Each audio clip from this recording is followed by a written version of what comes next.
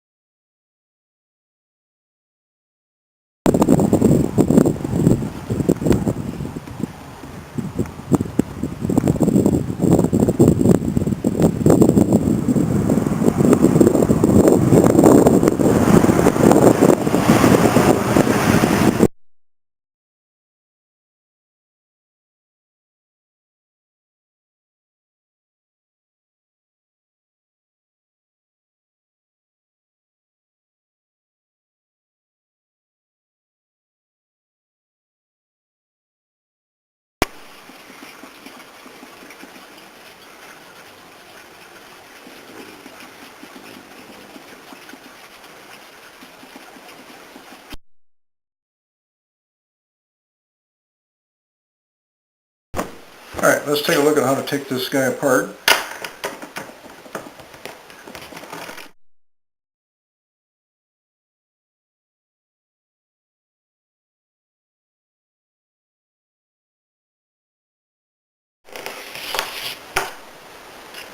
It's just regular basic white toward the road and orange toward, this is Cairo now. Now I suggest if things get a little stubborn back here, you back up with something heavy because you're going to push out the kingpin, and use a dead blow hammer or some other, like a rawhide hammer, back that guy out of there. The kingpin. You don't want to damage the threads. Alright, then you can lift it forward. Pull that kingpin back a little bit more. There. Then it'll come right out. And there's that spherical bearing I was telling you about. You can see it wiggling around there. There we go. I strongly suggest beveling the inside of the bushing toward the spherical bearing right here.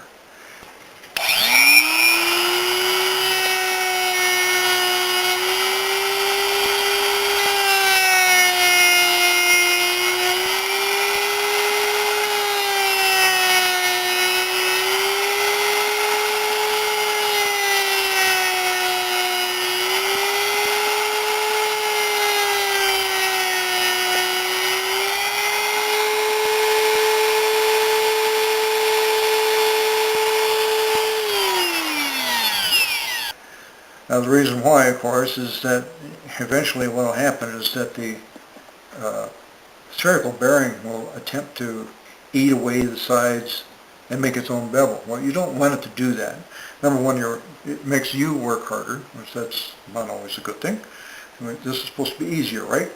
So the other part, though, is that actually within this bushing, little pieces will start breaking off, little almost fiber-like little pieces.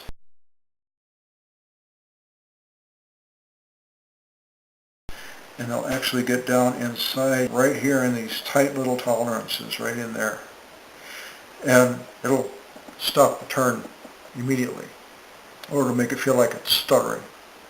And so to avoid that, you just, once again, you bevel it. And when you bevel it, you avoid getting those little shreds in there, and everybody's happy. Everything works, and you're one happy camper. Well, the same thing goes for the other side too. I mean, you make sure that you bevel the side facing the spherical bearing. There you are. The pivot tube right here. Make sure it's the hardest one you can get. The one that used to come as standard equipment on this was way too soft, at least for a guy my weight. Once again, I'm 185 and fairly aggressive, and it would just fall apart. Oh, what? I couldn't get 50 miles out of it, and for a guy who goes 40 miles a week, that's a little bit, well, it's intolerable.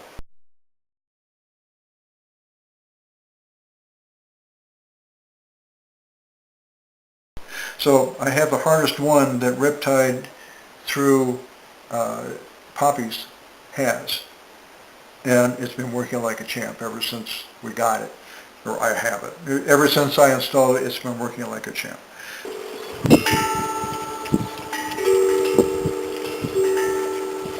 So I've got over 300 miles on it right now, and it shows absolutely no signs of wear.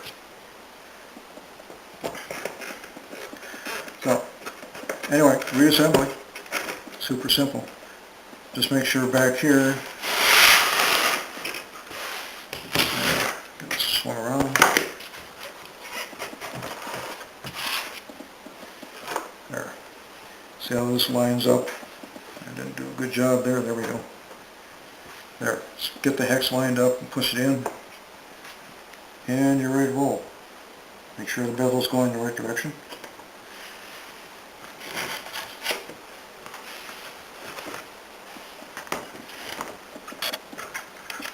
In my case, the washer. Washers are what kind of washer you put on there is your preference. It just so happens I find the flat washer works fine for me.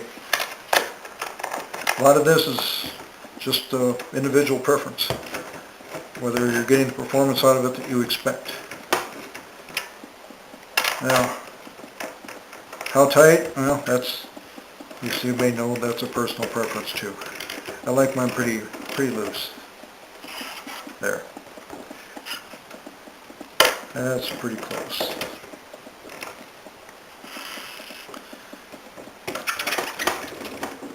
Yep, it's probably about right.